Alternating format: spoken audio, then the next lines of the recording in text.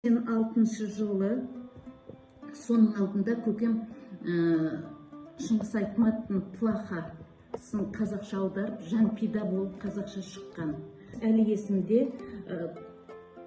жаңа жылдан кейін көкем Алматыда ол кезде Қазақстан жазушыларының тауда Дом творчества дейтін шығармашылық үйі болатын. Сол жерге демалып кітап жазуға кеткен, бірақ кешке үйге кеп қалыптағы Мария апаға дайындал, ертең сағат 4-те Шыңғыс шықа дейді. Шықа бір топ жазушымен үйге келеді деді.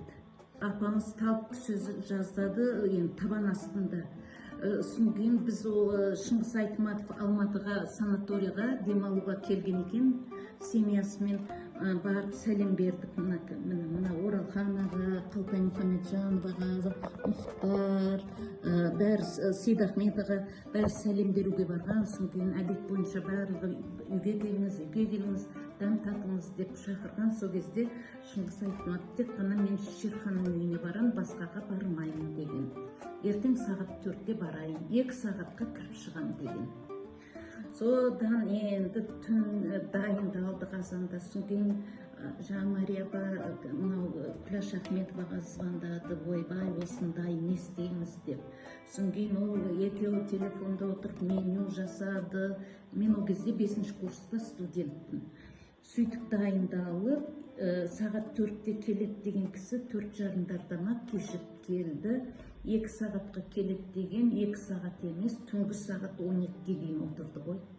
Мант істедік, ет астық әдет бойынша, одан әңгімелесіп отырып, түнгі сағат 12-де әрең тараған. Одан кейін осы жерде тағы бір айтып кететін нәрсе, Шыңғыс Айтматов үйге кіргеннен кейін бірінші залға, дастарханға емес, көкем кабинетіне алып барды. Кабинетте мынандай стенка кітаптар тұрдағы, 2 метр 70-80 сантиметр биігі ғой. Сонда шкафта қасқырдың терісі, елтірісі тұрды. Төбеден жерге дейін құйрығы салбырап жататын, оны біреу сыйлаған көкеме. Жаңа Шыңғыс Айтматов кірген кезде, "О, аққұртқа тұр ғой" деді. Содан кейін бар, бәрі ұзын ғой, ана үлкен қасқырдың терісі. Содан кейін көкем алды да сол жерде соны шешіп алды да "Сіздікі" деді. Сөйтіп беріп, кетерде пакетке салып қолына ұстатып жіберді.